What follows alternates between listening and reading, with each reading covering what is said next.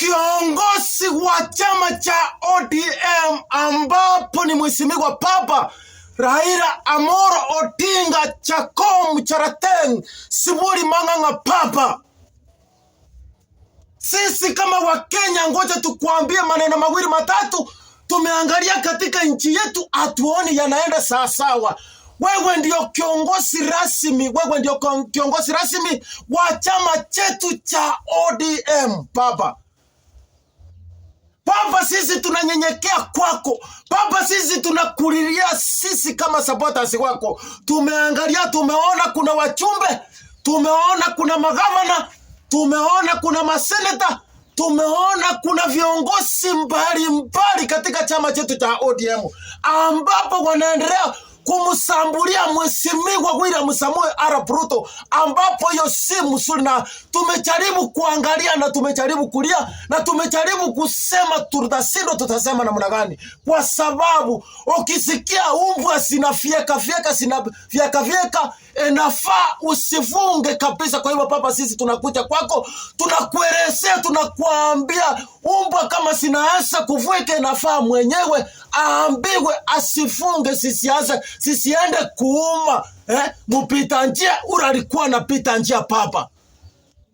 Kwa hivyo wachumbe wanaendelea kustumu mheshimiwa William Samoei Ruto. Kwa hivyo Papa, wachumbe wanaendelea kumstumu mheshimiwa William Samoei Ruto. Sisi ule mtu tunakuja kwako ni wewe.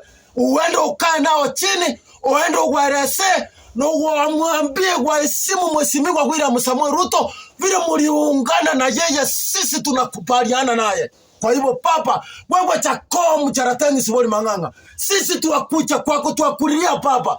Papa Raila Amolo Odinga, sisi tuwakulilia sana. Sisi tuwakuhitaji sana katika nchi yetu, na tunakupea heshima yako wewe kama kiongozi wetu wa chama cha ODM.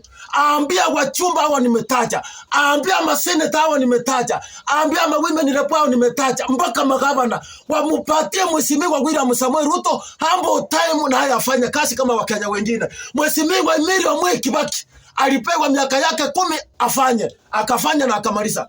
Mheshimiwa Uhuru Muigai Kenyatta akapewa miaka yake 10 akafanya kazi, tukaona vile kazi yake iko, akamaliza akaenda. Na mheshimiwa William Samoei Ruto pia naye apewe miaka yake 10 afanye, atoke, aende.